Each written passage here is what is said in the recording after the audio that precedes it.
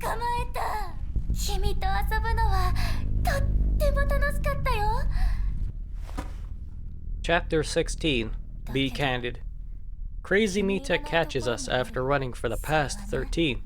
She goes on a tangent about how we spent time with other Mitas, and even complains about the Mita creation process.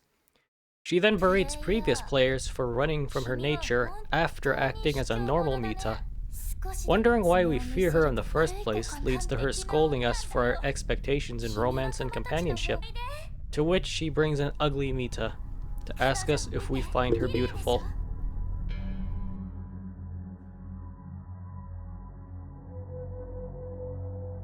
Response number 1. What does that have to do with anything? We say this, Crazy Mita compares our relationship to Ugly, where she tries to push us into a moral argument for initially liking Crazy, but running from Ugly. Her point completely collapses, because these two situations aren't the same at all. Ugly has proved herself to be an active, unpredictable threat who tried to kill us, and we were warned of her by Kind Mita earlier in the game. We actively reject her here because she's dangerous, not because of the way she looks.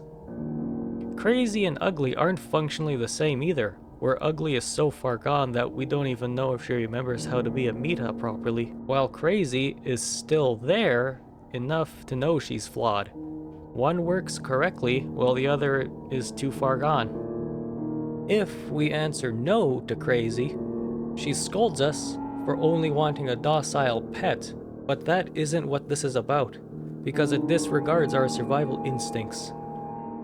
Again, it's the fact that Ugly has proven herself to be a threat to us, and that she's so unstable that it's not about appearance like Crazy thinks it is, which makes her next point of loving them as they come fall apart, because it ignores context, where it isn't entirely choosing colorful fakes over something raw like Ugly.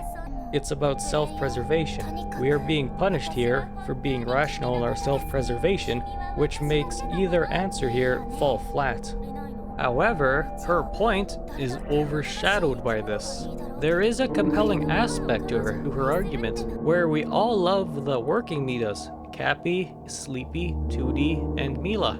They're all designed to be lovable, and they lean into emotional vulnerability naturally to make us feel wanted. You Just Want a Docile Pet has some weight by the way a lot of us gravitate towards them, because they fit the idealized sense of companionship for a lot of us. Saying no to Crazy Mita here only proves her point to her about us only loving the ones that are easy to love.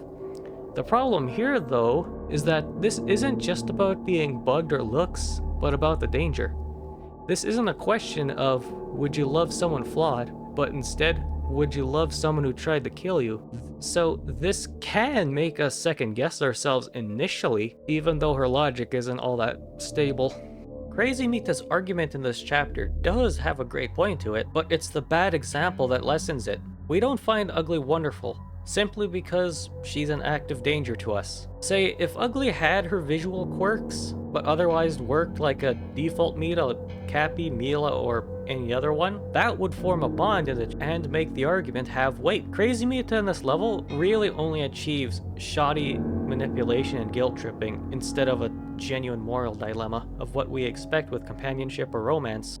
Thank you all for watching, everyone. I hope you all liked as much as I did making this. I did want to include this video in how Miside did the horror well, but that was pretty performance taxing as is because that video was made in Clipchamp. This was made in Davinci Resolve. So if you liked what you've seen today, please like the video. If you want to be around for the next one, please subscribe. Click that bell too so you'll know when I come back around. And as always, I'll see you all next time. Bye everyone!